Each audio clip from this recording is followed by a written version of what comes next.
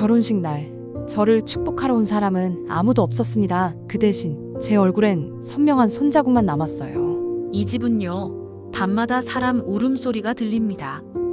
누구는 귀신 소리라며 수군거리지만 사실 그건 며느리의 숨죽인 오열이었어요. 시아버지 정백호는 말했죠. 이 집안에서 말이 많으면 손이 먼저 나가는 법이야. 그리고 저는 대답 대신 고개를 숙였어요. 눈물도 감추고 숨도 죽이고 마음도 접었죠.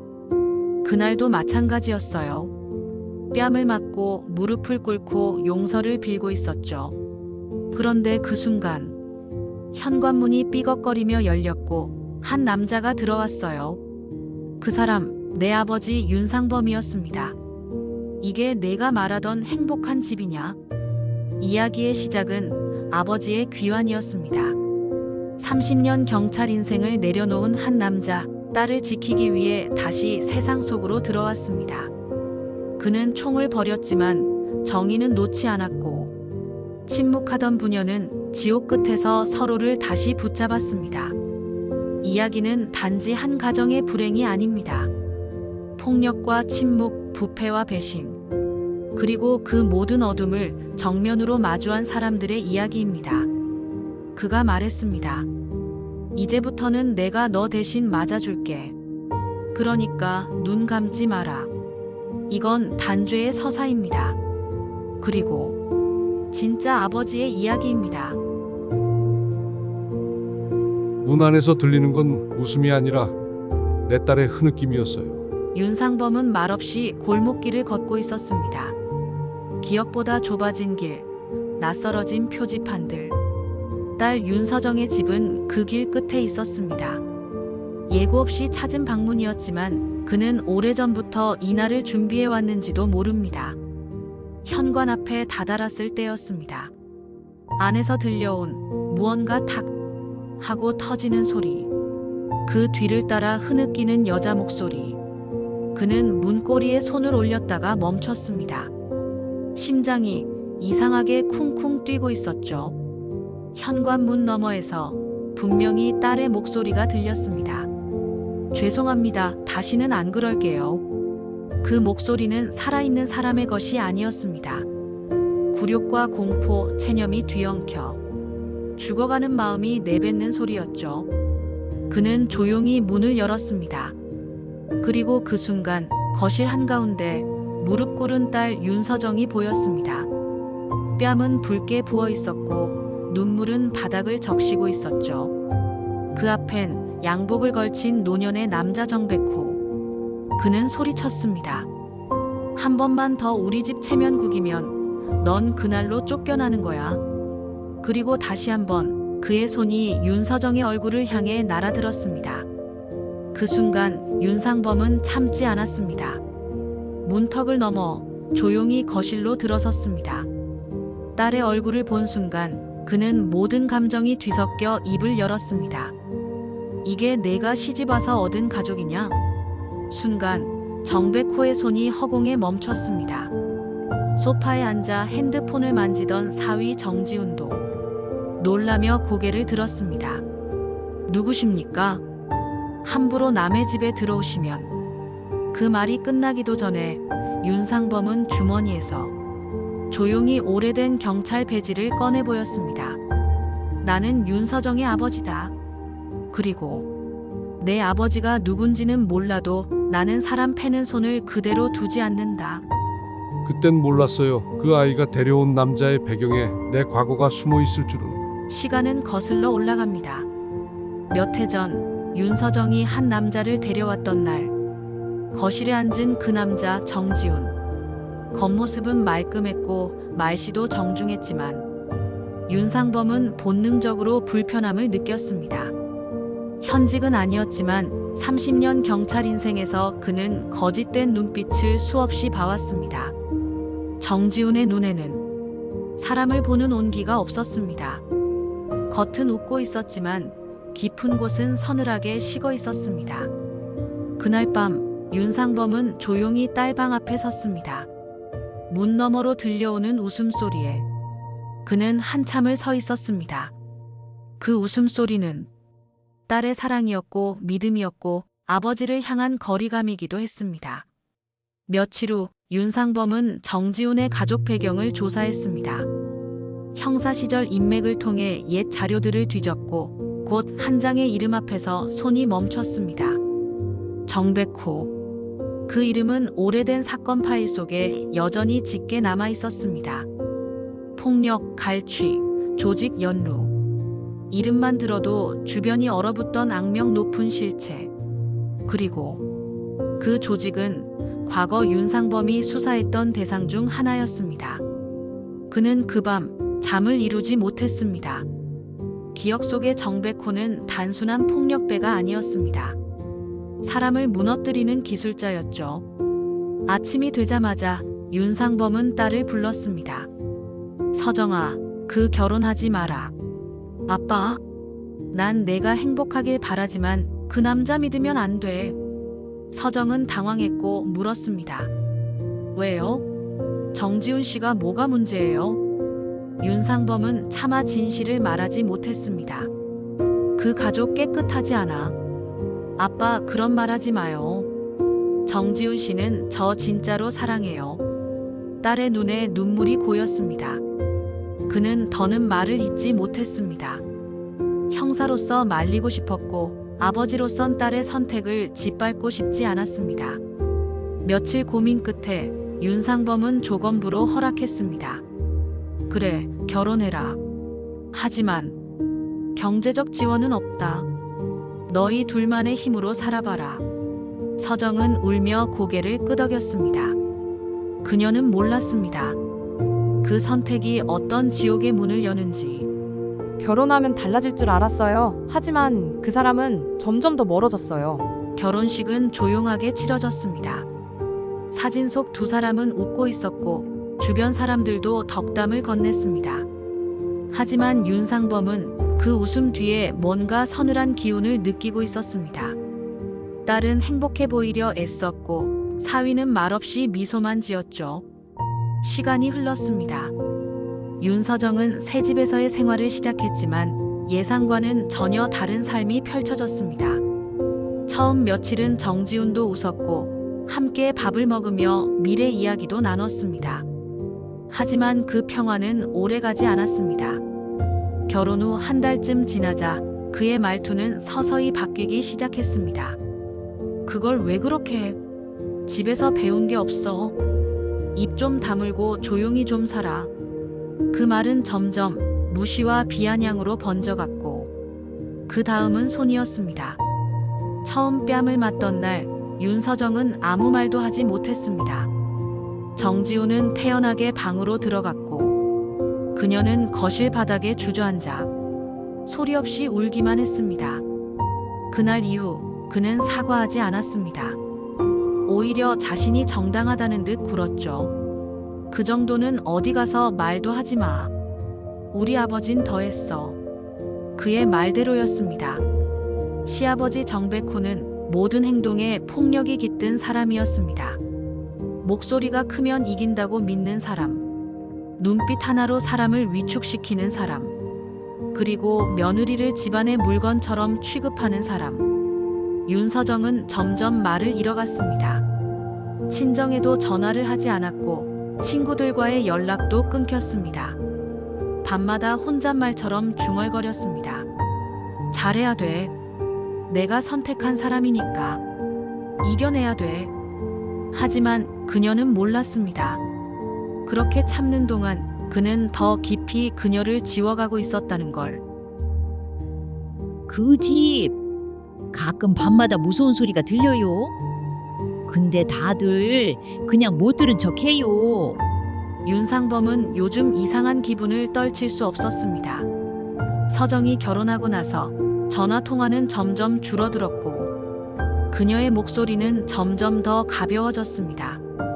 괜찮아요, 아빠. 잘 지내고 있어요. 그 말은 언제나 같았지만 그 안엔 감정이 없었습니다. 어느 날 동네 마트 앞 우연히 만난 옛 지인 아주머니가 말을 꺼냈습니다. 윤 형님 따님 말이에요. 요새 동네에서 이상한 말들 도는 거 아세요? 이상한 말이라니. 그 집 밤마다 고함 소리랑 무슨 물건 부서지는 소리도 들린다잖아요. 윤상범은 입술을 굳게 다물었습니다. 그 말에 이어지는 목소리는 조심스러웠지만 분명했습니다. 그 동네 사람들 다 알아요. 그 집 시아버지가 좀 그쪽으론 악명이 높아요. 그날 밤 윤상범은 잠을 이루지 못했습니다. 딸의 집으로 향하려다 다시 돌아앉기를 몇 번, 핸드폰을 열었다 닫았다 수차례. 결국 그는 결심했습니다. 확인해야겠어. 지금 아니면 늦는다. 비 내리는 저녁, 윤상범은 아무 예고 없이 딸의 집으로 향했습니다. 차창 너머로 스치는 불빛들, 심장은 묘하게 빨라졌습니다. 그리고 마침내 도착한 현관 앞. 문틈 너머에서 들려온 딸의 흐느낌과 한 남자의 고함. 그 순간 윤상범은 모든 걸 알았습니다. 그날 나는 한 번도 본 적 없는 얼굴을 딸에게서 봤습니다. 무너진 게 아니라 완전히 부서진 얼굴. 윤상범은 조용히 문을 열었습니다. 손잡이를 돌릴 때 자신의 손이 얼마나 떨리고 있었는지도 몰랐습니다. 그리고 문이 열리는 그 순간 그는 다시는 잊을 수 없는 광경을 마주합니다. 거실 한가운데 딸 윤서정이 무릎을 꿇고 있었습니다. 뺨은 부어 있었고 입가엔 상처가 번져 있었습니다. 그녀 앞엔 정백호, 팔을 들어 올린 채 또 한 번 손을 휘두르려 하고 있었습니다. 이 집에서 내가 몇 번이나 말했냐? 시댁 체면 깎는 짓 또 하더라. 다음엔 진짜 쫓아낸다. 윤서정은 저항하지 않았습니다. 그저 고개를 푹 숙인 채 아무 말도 하지 않았습니다. 소파엔 정지훈이 앉아 있었습니다. 핸드폰만 만지작거리며 자신의 아내가 맞는 장면을 무표정하게 바라보고 있었습니다. 그는 말했습니다. 아버지, 그만하세요. 괜히 시끄럽게 굴지 마세요.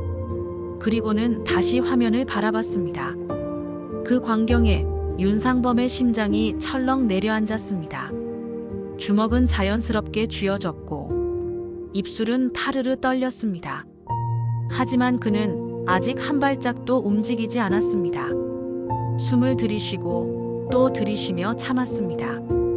그리고 정백호의 손이 다시 올라갔습니다. 내가 몇 번을 말했냐고.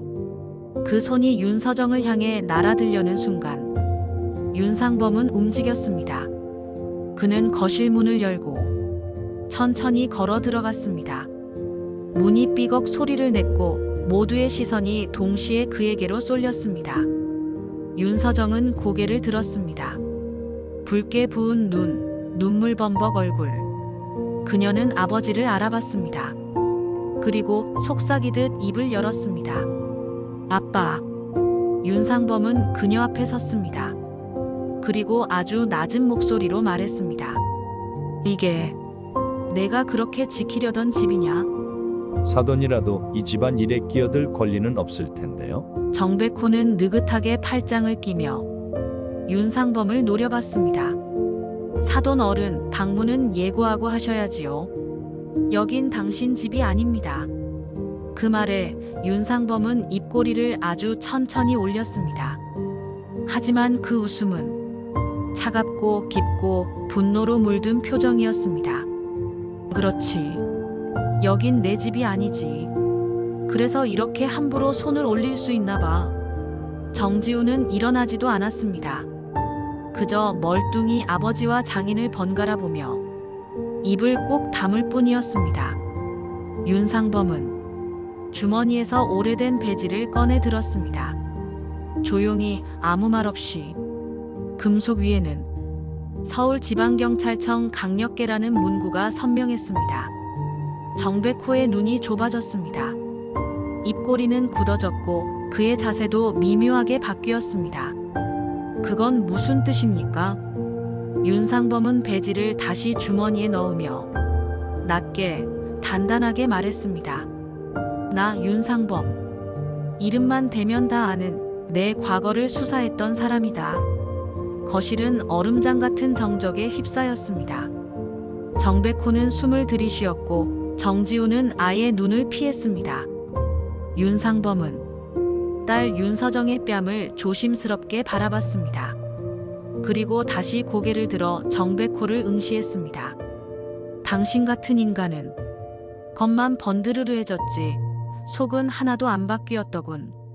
내가 경찰을 그만두고 몇 년이 지났는데도 아직도 사람 패고 다니나?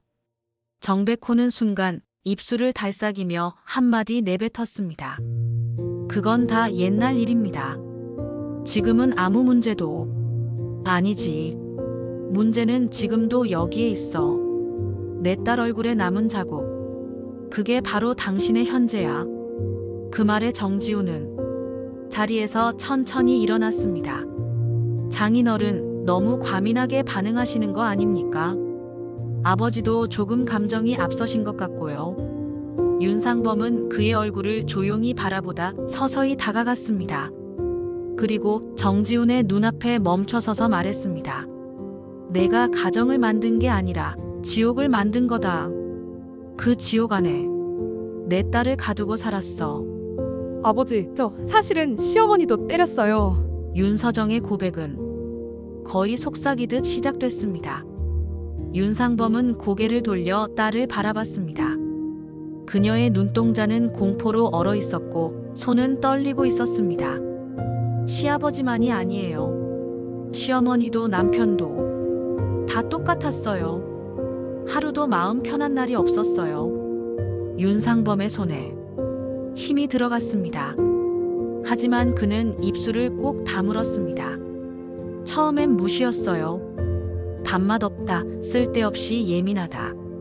그리고 어느 날부턴가는 귀를 때리고 팔을 꼬집고 이젠 그냥 일상이 돼버렸어요. 그녀는 눈을 질끈 감았습니다. 아빠한텐 말 못했어요. 실망시킬까봐. 제가 선택한 사람이니까. 제가 견뎌야 한다고 생각했어요. 윤상범은 천천히 손을 내밀었습니다. 그리고 딸의 손등을 감쌌습니다. 넌 잘못한 거 하나도 없다. 누군가의 아내, 며느리이기 전에 너는 내 딸이야. 사람으로 살아야 할 이유, 그거 하나면 충분해. 윤서정은 흐느꼈습니다. 그녀의 어깨가 들썩였고 윤상범은 그녀를 안았습니다. 그는 고개를 들어 정백호를 바라봤습니다. 이제 됐다. 내 딸 데리고 간다. 정백호는 벌떡 일어났습니다. 사돈, 아무리 그래도 그 입 다물어. 한마디 더 하면 그 뺨은 당신이 맞게 될 거야. 정지훈이 말없이 비켜섰습니다. 윤서정은 고개를 떨군 채 천천히 아버지 손을 잡았습니다. 현관문 앞 윤상범은 마지막으로 딸을 한 번 더 안았습니다. 지금부터 너는 다시 살아야 한다. 문이 닫히는 순간 정백호의 소리가 작게 들려왔습니다. 이대로 안 끝나. 그런 줄 알아. 이번엔 절대 물러서지 않는다. 내 딸이 받은 만큼 똑같이 되갚아 줄 거야. 윤상범은 서정을 차에 태운 채 말없이 운전했습니다. 서연은 아무 말 없이 창밖만 바라봤습니다. 눈빛은 흐리고 어깨는 웅크려 있었습니다. 하지만 그 속에선 어렴풋이 살고 싶다는 마음이 피어나고 있었습니다. 한적한 외곽 모텔. 윤상범은 서정을 조심스럽게 데리고 들어갔습니다. 당분간 여기에 있어라.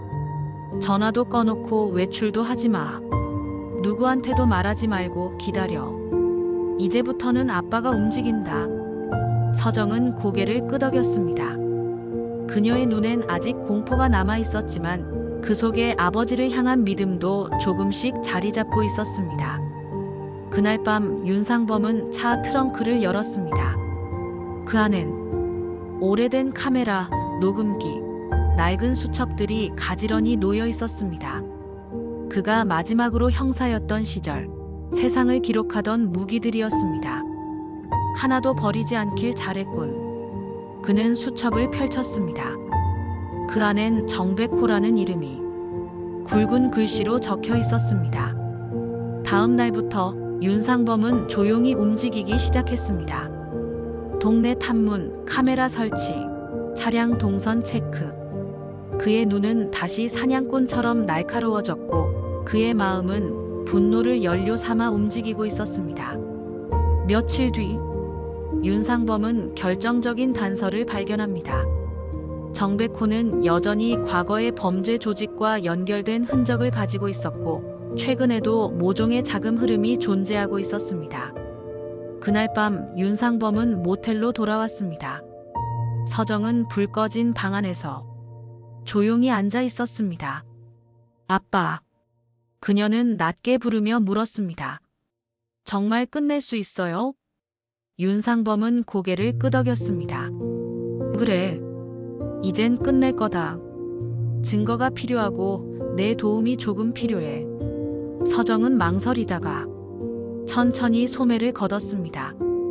팔에 남은 멍자국. 그 흔적은 그녀가 겪은 시간들을 말없이 증언하고 있었습니다. 윤상범은 그 모습을 보고 숨을 들이쉬며 사진을 찍었습니다. 하나도 그냥 넘기지 않을 거다. 한 놈도. 감정으로 끝낼 생각 없다. 법으로도 안 된다면 그 다음은 내가 판단한다. 새벽 4시. 도시는 잠들었지만 윤상범은 깨어 있었습니다. 커튼을 치고 벽에 설치한 화이트보드를 정리하며 각 인물과 조직 구조를 메모해 갔습니다. 정백호 재정책임 박 외부 브로커 송. 그는 인맥과 자금 흐름을 연결시키며 조직의 민낯을 그려내고 있었습니다. 며칠간의 잠복과 추적 끝에 윤상범은 정백호가 한창 활동하는 장소를 파악했습니다. 도심 외곽의 오래된 건물. 표면상으론 중고 가전 판매점이었지만 실제로는 뒷거래가 이루어지는 장소였습니다. 윤상범은 자신의 몸에 소형 녹음기와 고성능 카메라를 장착한 채 그 건물 인근에 도착했습니다. 비 내리는 밤 차 안에서 숨을 죽인 그는 한참 동안 주변 동선을 파악한 뒤 조용히 건물 옆 창고 쪽으로 접근했습니다.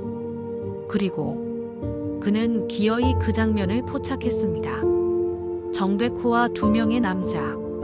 테이블 위엔 서류 봉투와 두툼한 봉투가 놓여 있었고 정백호가 낮은 목소리로 말했습니다. 이번 것도 잘 묻혀야 돼. 걱정 마. 위에는 다 알아서 정리해 줄 거야. 윤상범은 셔터를 눌렀습니다. 찰칵. 이어지는 대화에서 그는 정백호가 현직 고위 경찰과 연결되어 있다는 단서까지 확보하게 됩니다. 모든 기록을 저장한 그는 조심스럽게 자리를 빠져나왔습니다. 차에 돌아온 뒤 가방 속 노트북을 열고 영상과 음성을 재확인했습니다. 정백호 고위직 경찰 뒷돈. 이건 단순한 가정폭력이 아니라 부패한 권력과 결탁한 범죄였습니다. 그는 조용히 중얼거렸습니다. 좋아. 이제 확실한 칼이 생겼다. 아빠, 이번엔 저도 도울게요. 그 사람들 제가 다 윤상범은 모텔로 돌아왔습니다. 윤서정은 소파에 앉아 조용히 TV 화면만 바라보고 있었습니다. 그녀는 고개를 돌려 조심스럽게 아버지를 바라보았습니다. 어떻게 됐어요? 윤상범은 말없이 노트북을 열었습니다.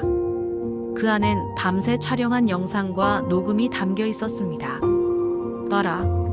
이게 내 시아버지의 진짜 얼굴이다. 노트북 화면에 정백호가 돈을 주고받고 의심스러운 인물들과 속삭이는 장면이 재생되었습니다. 윤서정은 입술을 떨었습니다. 이건 그냥 가정폭력이 아니네요. 윤상범은 고개를 끄덕였습니다. 맞다. 이건 시스템적으로 썩어 있는 거다. 내가 당한 건 그중 하나의 결과일 뿐이고. 그는 조심스럽게 말을 이었습니다. 이제는 단순히 너만의 싸움이 아니다. 이 구조를 뿌리 뽑아야 다른 누군가가 똑같은 고통을 겪지 않아. 윤서정은 깊이 숨을 들이쉬었습니다. 저 도울 수 있어요? 제가 직접 겪은 거 증언하고 싶어요. 윤상범은 그녀를 바라봤습니다. 그리고 아주 조용히 고개를 끄덕였습니다. 그 말 기다리고 있었다. 그날 밤 윤서정은 조심스럽게 마이크 앞에 앉았습니다. 자신이 겪은 일들을 천천히 또박또박 증언하기 시작했습니다. 그녀의 손은 떨렸고 목소리는 가늘었지만 그 안엔 흔들리지 않는 결심이 담겨 있었습니다. 윤상범은 그 녹음을 저장하며 중얼거렸습니다. 좋아. 이제 증거도 증언도 다 모였다. 그는 벽면에 화이트보드로 가서 새롭게 전략을 정리하기 시작했습니다. 1. 외부 고위직 연루 증거 확보. 2. 내부 고발 경로 확보. 3. 언론 보도 시점 조율. 4. 보호 조치 및 피신 경로 정리. 그는 마지막으로 서정을 바라보며 말했습니다. 이제 우리 차례야. 이제부터는 우리가 공격할 시간이야. 이제는 법도 경찰도 절대 눈 감게 두지 않겠습니다. 며칠 뒤 윤상범은 신중하게 움직였습니다. 오랜 수사 시절 인맥 중 가장 믿을 수 있는 변호사 민재원을 찾아갔습니다. 조용한 사무실, 민 변호사는 차분한 태도로 윤상범의 설명을 들었습니다. 노트북 화면에 재생된 영상, 정백호의 뒷거래, 은밀한 대화, 그리고 서정의 증언. 민 변호사는 눈을 가늘게 뜨며 말했습니다. 이 정도면 가정폭력 수준을 넘은 조직 범죄입니다. 고위직 연루 가능성도 높고요. 윤상범은 고개를 끄덕였습니다. 그래서 당신한테 왔소. 공식 루트, 내부 고발 경로 다 확인해줘요. 며칠간의 준비 끝에 윤상범은 정식 고발 자료를 정리했습니다.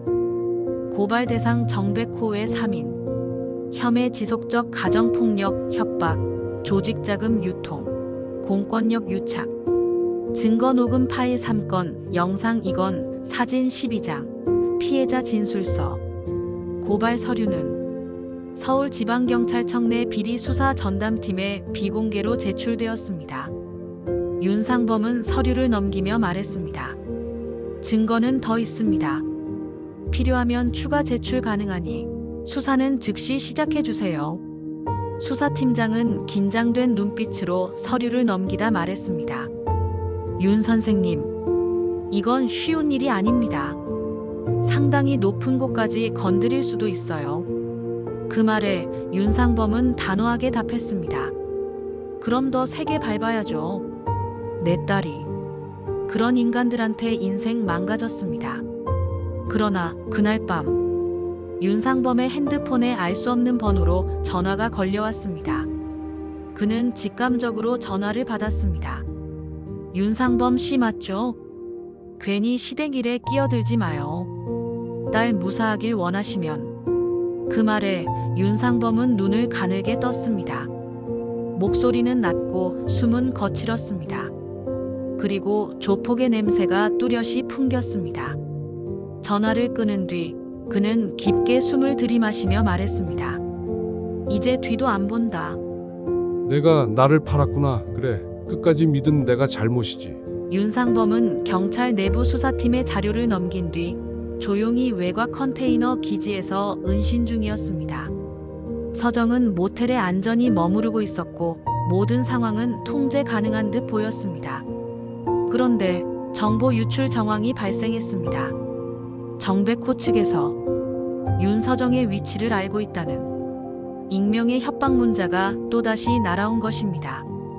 윤상범은 놀라움과 동시에 의문을 품었습니다. 위치 정보를 알 수 있는 사람은 경찰 내부 또는 나와 움직인 동료뿐이다. 그 순간 윤상범은 수첩을 펼쳤습니다. 그리고 이름 하나에 시선이 멈췄습니다. 박성진. 전직 형사 시절 가장 신뢰하던 동료. 이번 계획에도 일부 조언을 받았던 인물.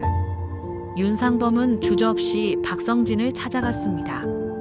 외곽의 수리센터로 위장된 공간. 그는 조용히 문을 열고 들어갔습니다. 성진아. 박성진은 고개를 들었습니다. 형, 여기까지 웬일이야? 윤상범은 조용히 그를 바라보다 말했습니다. 내 딸 위치 누가 말했냐? 순간 박성진의 눈이 미묘하게 흔들렸습니다. 그건 아주 작은 떨림이었지만 윤상범은 놓치지 않았습니다. 성진아, 나 널 끝까지 믿었다. 박성진은 고개를 숙였습니다. 그리고 주머니에서 작은 권총 하나를 꺼냈습니다. 형, 나도 어쩔 수 없었어. 가족이 내 아이가. 그 순간 윤상범의 눈빛은 완전히 얼어붙었습니다. 내가 나를 팔았구나. 그래, 내가 틀렸지. 이제 넌 선택해야 해. 지금이라도 바로잡을 거냐, 아니면 여기서 끝낼 거냐. 한참의 침묵. 박성진은 총을 떨며 내렸습니다. 미안해. 그냥 날 넘겨. 윤상범은 그를 결박한 뒤 차에 실었습니다. 그리고 서정이 있는 모텔로 급히 향했습니다. 하지만 이미 늦었습니다. 모텔 앞에 검은 벤 차량 2대가 서 있었고 남자 셋이 서정의 방을 향해 올라가고 있었습니다. 윤상범은 차를 세우자마자 트렁크에서 권총과 장비 가방을 꺼냈습니다. 서정아, 버텨라. 아버지, 저기 창문 밖에 누가? 서정은 모텔 203호 안 불 꺼진 방에서 숨을 죽이고 있었습니다. 하지만 복도에서 들리는 발걸음 소리는 점점 가까워지고 있었습니다. 그 순간 창문 쪽에서 검은 그림자가 스쳤습니다. 아버지 어딨어요? 윤상범은 건물 입구에 도착했습니다. 그는 조용히 로비에 들어섰고 카운터 직원에게 속삭였습니다. 2층, 누가 올라갔습니까?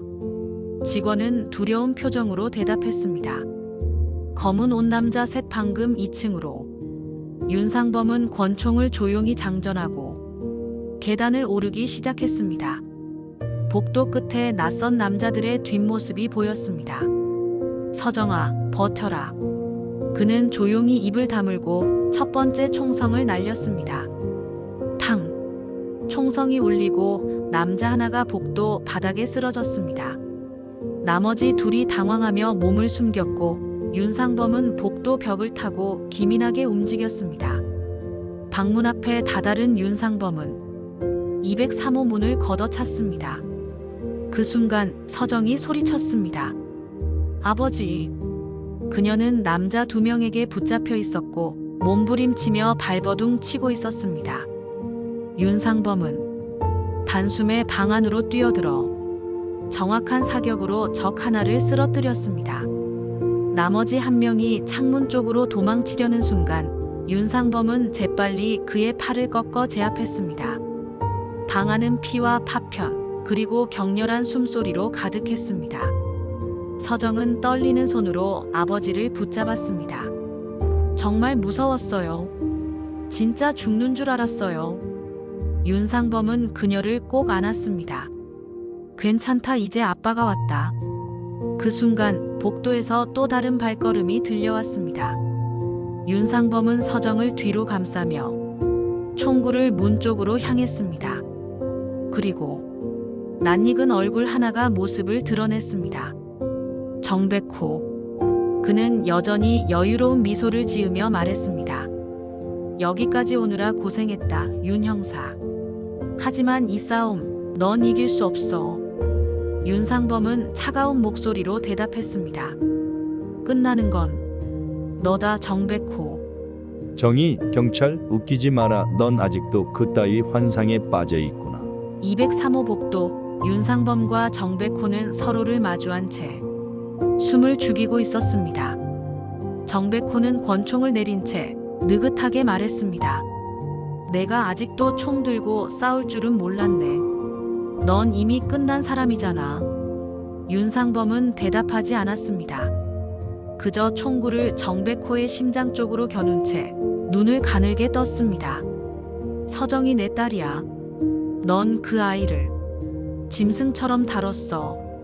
정백호는 어깨를 으쓱했습니다. 그럼 넌 어디 있었는데?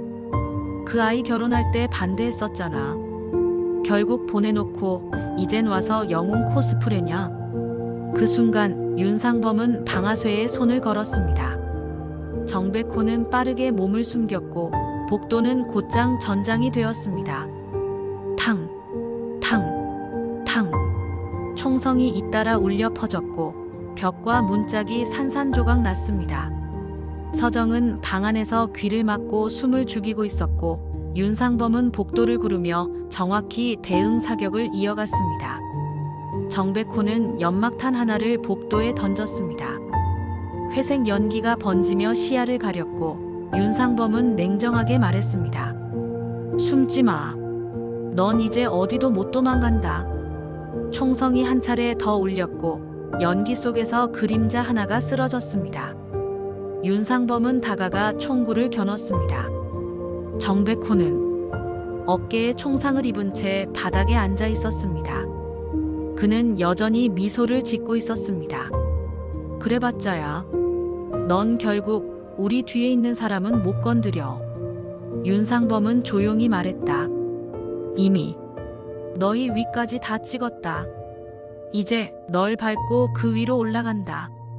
내가 살아온 인생 전부 걸고 말한다. 이건 단순한 가족 문제가 아니다. 이건 조직이고 범죄다. 그날 새벽 윤상범은 정백호를 경찰차에 태우고 서울지방경찰청 수사본부로 향했습니다. 조직원들 대부분은 총격 직후 흩어졌고 서정은 보호조치 하에 이송되었습니다. 윤상범은 변호사 민재원과 함께 비리 수사 전담팀장 앞에 앉았습니다. 책상 위에 놓인 USB, 서류 뭉치, 사진 파일, 녹음기, 노트북. 그는 조용히 고개를 들었습니다. 여기 있는 것들 모두 증거입니다. 정백호, 그 뒤에 있는 경찰 고위직, 그리고 조직과의 자금 유착 관계까지. 수사팀장은 처음엔 반신반의하는 태도였습니다. 하지만 윤상범이 차례로 증거를 재생하기 시작하자 그들의 표정은 급속도로 바뀌었습니다. 정백호 걱정 마. 위에선 다 정리됐어. 송모 씨 경찰서장도 우리가 키운 사람이야. 정백호다 조용히 끝내. 돈은 이미 들어갔어. 팀장은 숨을 들이쉬었습니다. 이 정도면 수사 확대 사안입니다. 윤 선생님, 안전보장 약속드립니다. 단, 지금부터는 저희에게 맡겨주세요. 하지만 윤상범은 고개를 저었습니다. 아니요. 당신들이 못 믿겠으니까 내가 여기까지 왔습니다. 그는 경찰 비리 수첩 한 권을 꺼냈습니다. 거기엔 자신이 수사 중 메모해둔 과거 고위 간부 이름이 빼곡히 적혀 있었습니다. 수사팀장은 조용히 수첩을 받아들며 말했습니다. 이걸 왜 지금까지 안 넘기셨습니까? 윤상범은 담담히 대답했습니다. 내 딸이 맞고 사는 걸 본 다음에야 이 수첩이 의미 있다는 걸 알았거든요. 그는 자리에서 일어나 마지막으로 말했습니다. 이제부터는 이 사람들이 왜 경찰 옷을 입고 있는지 국민들이 직접 보게 해야 합니다.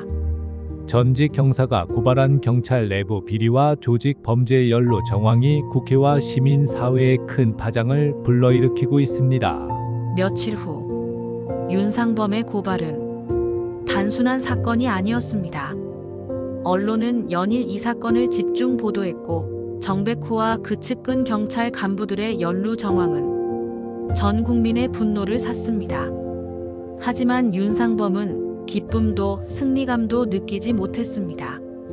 그저 조용히 서정을 지키고 있을 뿐이었습니다. 서정은 여전히 외곽 보호시설에서 지내고 있었습니다. 하루 몇 번씩 정신과 치료를 받고 심리 상담을 받으며 조금씩 일상을 회복해 가고 있었습니다. 윤상범은 그녀 곁에서 말없이 함께 있었습니다. 말을 많이 하지 않았습니다. 그저 묵묵히 옆에 있었습니다. 어느 저녁, 노을이 붉게 물든 방 안에서 서정이 조용히 물었습니다. 아빠, 이젠 저도 다시 웃을 수 있을까요? 윤상범은 그녀의 손을 잡았습니다. 그래, 웃어야지. 살아야 하니까. 이젠 너 자신으로 살아도 돼. 서정은 눈을 감고 고개를 끄덕였습니다.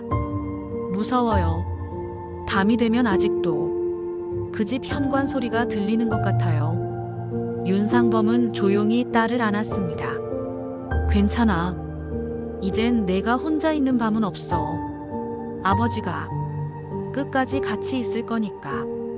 그날 밤 서정은 처음으로 불을 끄고 잠들 수 있었습니다. 딸이 지옥을 지나고 있을 때 나는 내 자리에서 잠들어 있었던 거야. 윤상범은 다시 경찰청에 호출되었습니다. 이번엔 참고인이 아닌 자문위원으로서였습니다. 비리 수사팀은 그의 수첩을 바탕으로 오래된 사건 파일과 내부 인사 기록을 되짚기 시작했습니다. 그는 서류를 넘기며 조용히 말했습니다. 이 사람 예전에도 수상했어요. 승진 루트도 이상했고 정백호 쪽과 무기징역 받은 사람의 뒷배로도 얽혀 있었죠. 수사팀은 놀랐습니다. 그의 기억은 30년 전 파일보다 정확했고 기록되지 않은 진실들로 가득했습니다. 하루를 끝내고 윤상범은 조용히 파출소 한켠 작은 벤치에 앉았습니다. 지나간 시간들이 떠올랐습니다. 형사로 살던 시간, 딸의 전화보다 사건 브리핑을 더 빨리 받았던 날들, 서정이 외로움에 울던 밤, 그는 수사 노트를 정리하고 있었던 것입니다. 서정아, 내가 잘못했다. 그때 조금만 더 너를 봐줬으면 너도 그렇게까지 아프지 않았을 텐데. 그의 눈에 처음으로 눈물이 맺혔습니다. 형사로 살아온 30년, 정이라는 이름으로 수많은 사람을 구했지만 정작 가장 가까운 사람은 지키지 못했던 것. 그는 수첩을 조용히 덮었습니다. 이제 나도 쉬어야 할 때구나. 하지만 그 아이의 삶이 다시 시작된다면 난 그걸로 충분하다. 이곳에선 밤이 무섭지 않아요. 아버지가 옆에 있으니까요. 몇 주 후 윤상범과 서정은 도심에서 멀리 떨어진 한적한 시골 마을로 이주했습니다. 작은 전원주택, 텃밭과 낡은 정자, 그리고 조용한 아침이 있는 곳. 처음 며칠은 낯설고 어색했지만 서정은 이내 매일 아침 닭 울음소리에 눈을 뜨고 해질녘마다 흙냄새의 안정을 느끼기 시작했습니다. 윤상범은 마을 파출소에 자원봉사 형식으로 근무하며 사람들을 돕기 시작했습니다. 형사 시절의 칼 같은 눈빛 대신 이젠 더 느긋하고 부드러운 말투로 사람들을 대했습니다. 어느 날 저녁 서정과 윤상범은 마당에 나란히 앉아 노을을 바라보고 있었습니다. 바람은 살랑살랑 불었고 하늘은 분홍빛으로 물들었습니다. 서정이 먼저 입을 열었습니다. 아빠, 이제 저 스스로 일어설 수 있을 것 같아요. 윤상범은 고개를 돌려 딸을 바라보며 말했습니다. 그래야지. 넘어졌던 자리에서 다시 일어나는 거, 그게 진짜 어른이 되는 거니까. 서정은 작게 웃었습니다. 그 웃음은 오랜만에 보는 진짜 웃음이었습니다. 밤이 되자 그들은 모닥불을 피우고 조용히 별을 바라봤습니다. 서정이 중얼거렸습니다. 아빠, 오늘 별이 참 많네요. 윤상범은 고개를 끄덕였습니다. 그래. 오늘은 우리가 살아있어서 더 많아 보이는 거야. 이젠 괜찮다. 너는 절대 혼자가 아니니까. 그날 밤 서정은 작은 흔들의자에 앉아 달빛에 비친 텃밭을 바라보았습니다. 마당 한켠에서는 윤상범이 나무를 다듬고 있었습니다. 서정은 조용히 말했다. 아빠, 아직도 가끔은 그날 꿈을 꿔요. 윤상범은 나무칼을 내려놓고 딸 곁에 앉았습니다. 악몽은 내 잘못이 아니야. 그건 단지 너를 버티게 해준 기억일 뿐이야. 서정은 눈을 감았습니다. 그리고 천천히 한숨을 쉬었습니다. 근데 이상해요. 이젠 그 꿈이 예전처럼 무섭지만은 않아요. 아빠가 옆에 있어서 그런가 봐요. 윤상범은 고개를 끄덕였습니다. 그의 눈빛에는 잔잔한 안도와 깊은 슬픔이 함께 어우러져 있었습니다. 그래, 이제 너는 무서운 걸 마주할 수 있는 아이가 됐단 뜻이야. 하늘에는 별이 총총히 떠 있었습니다. 두 사람은 말없이 별을 바라보았습니다. 그리고 아주 오랜 침묵 끝에 서정이 말했다. 아빠, 저 이제 제 인생 다시 살아볼래요.